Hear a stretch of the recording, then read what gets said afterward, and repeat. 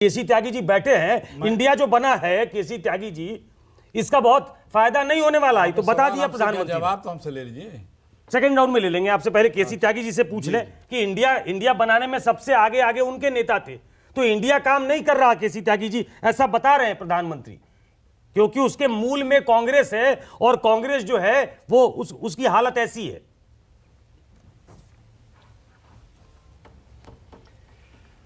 ऐसा सुकेश जी, बहुत कम समय बचा है। नहीं, आप बढ़ा देंगे इसको, आज 8:30 तक करेंगे। कार्यकर्ता होने के नाते मैं बहुत तकलीफ के साथ कहना चाहता हूं कि जो सवाल इसकी जड़ में थे उन पर चर्चा नहीं हो पाई। मणिपुर का कोई सांसद नहीं बोल पाया। और मणिपुर की समस्या क्या है, 1958 से वहाँ एप्सा लगा हुआ है, यानी कि मिलिट्री का रूल है 1958 से, और तब ये प्रिंसली स्टेट थी। 1947 में आज़ाद नहीं हुआ था। ये जो प्रिंसली स्टेट थी उसने 2 साल के बाद इसको इंडियन यूनियन में शामिल किया, और वहाँ की जो जनता है उसी दिन से रिबेल है और वो सेल्फ डिटर्मिनेशन की मांग कर रही है। एक दूसरा, जो ग्रेटर नागालैंड की मांग करने वाले हैं उनका भी बड़ा हिस्सा मणिपुर के अंदर रहता है।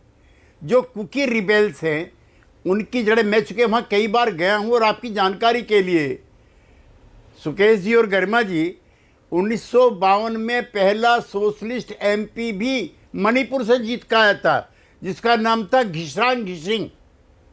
नेताजी सुभाष चंद्र बोस बर्मा से पहली बार आकर के वहाँ पे उस इलाके को लिबरेट किया था। तो ये कोई छोटी मोटी जगह नहीं थी। यूँ तो तमाम, अच्छा, नागालैंड में फिजो ने कहा कि देश आज़ादी नहीं हुआ है, जब तक नागा आज़ाद नहीं होंगे हम देश को आज़ाद नहीं मानते। तब जयप्रकाश नारायण, बीपी चालिया, एक और गए वहाँ पर। तो वहाँ की जो समस्या हैं उसको जिस तरह से एड्रेस किया जाना चाहिए था वो एड्रेस नहीं हुआ। और मुझे अफसोस है, मुझे मैं थोड़ा समय अगर आप मुझे दें, मुझे 1963 का पंडित जवाहरलाल नेहरू के विरुद्ध जो आया था अविश्वास प्रस्ताव, उसकी याद आ रही है। चूँकि डॉक्टर लोहिया का जिक्र प्रधानमंत्री ने किया है, तो डॉक्टर लोहिया, आचार्य कृपलानी, मीनू मसानी तीनों आए थे संसद में, तब उन्होंने अविश्वास प्रस्ताव मूव किया था। पूरे समय पंडित जवाहरलाल नेहरू जो आज़ादी के आंदोलन के सबसे बड़े योद्धा थे, 12 साल जिन लोगों ने, जिस जवाहरलाल नेहरू ने जेल में काटा था, जिसका घर का पूरा खर्चा और आज़ादी के आंदोलन का पूरा खर्चा आनंद भवन से चला था, वो जवाहरलाल नेहरू लोहिया से और कृपलानी से 24 घंटे तक गाली सुनता रहा।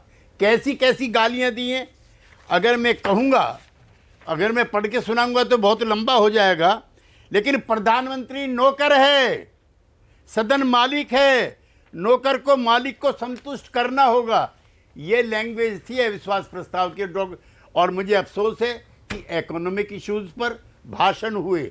मुझे अफसोस है कि जो की इश्यूज थे अनआंसर्ड रह गए। क्यों नहीं भाई, किसानों पे दोनों पक्ष प्रतिपक्ष चर्चा करेंगे। 2 साल हो गए कमेटी बने हुए, उसकी रिपोर्ट में सरकारी आदमी अपना इंड्यूस कर देती हूँ। केसी त्यागी जी, अगर आप मुझे इजाजत दें तो एक सवाल में इंड्यूस कर देती हूँ। मेरे पूरे पैनल के आप सबसे अनुभवी पैनलिस्ट हैं, सबसे अनुभवी व्यक्ति हैं। ऐसे में जो 3 दिन में संसद में हुआ, और क्योंकि आप इतिहास भी जानते हैं, तो सदन में जो 3 दिन में हुआ अविश्वास प्रस्ताव के माध्यम से सिर्फ ये बताने की कोशिश हुई क्या कि 2024 में बड़े अंतर से, बड़े मार्जिन से जीतकर आया जाएगा? और क्या 2024 का बिगुल एनडीए वर्सेस इंडिया का यहां से बजा दिया गया? मणिपुर सिर्फ बहाना था क्या? नहीं गरिमा जी, मैं अपने मित्र प्रेम शुक्ला जी की तरह से बिटर नहीं होता हूं। हमारा इनका, बल्कि हमारा तो जनसंघ तक के साथ में आपातकाल में था प्रेम जी, तो रामलाल जी से लेकर तमाम लोग मेरे साथ जेल में थे। लेकिन मेरी बिटरनेस जो सवालों को लेकर के है, व्यक्तिगत तौर पे नहीं है जैसे आप हैं। मेरा ये कहना है कि इंडिया अगर बन गया, एनडीए बना था, आपके तो 2 एमपी थे, अभी तक नहीं, थोड़े दिन पहले तक 1984 में अटल जी भी हार गए थे। इतने बड़े नेता थे, हम भी उनको अपना नेता मानते हैं। 71 में हार गए थे, 2 एमपी थे। तो इस संख्या पे कोई घमंड ना करे। 400 कुछ का राजीव गांधी था, वो भी, उनकी भी सरकार पराजित हुई। जवाहरलाल 350 प्लस के थे, इंदिरा जी 350 प्लस की थी। अगर इंडिया बन गया है तो क्या दिक्कत है भाई? एनडीए नहीं बना था, हम लोग नहीं इनके खिलाफ लड़े थे, हमने तो इससे भी बड़ा महाज इकट्ठा किया था। अब 38 में तो 36 पार्टी के एमपी नहीं है इस संसद में, जो 2 हैं एनसीपी और आपकी शिवसेना, आपके राज्य वाली, उनको छोड़ दो, और इसको छोड़ दो हमारे बिहार वाले जो पासवान जी के बेटे भतीजे हैं, और किस पार्टी के एमपी हैं? तो ये गुमान करना, मैं किसी भी दल के लिए ये गुमान, हमारे मित्रों ने भी किया था, कांग्रेस के मित्रों ने, अब तो आ गए ना 40 पर, 440 जो प्रधानमंत्री कह रहे थे। बड़ी खूबसूरत बात आप कह रहे हैं, संसदीय परंपरा यही है। ये संख्या और जनता किसी के साथ नहीं होती। संसदीय जो इतिहास है वो यही कहता है कि बड़े बड़े लोगों ने चुनाव हारे। तो इसके अटल बिहारी वाजपेयी ने चुनाव हारा, इंदिरा गांधी ने चुनाव हारा। जी गर्मा जी, मैं बिटर नहीं होना चाहता,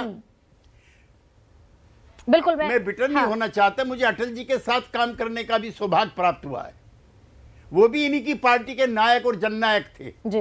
उनकी ये भाषा नहीं थी। ये कौन नहीं जानता कि 2 सांसदों वाली पार्टी, वो स्वयं कहते हैं कि 2 सांसदों वाली पार्टी, लेकिन आज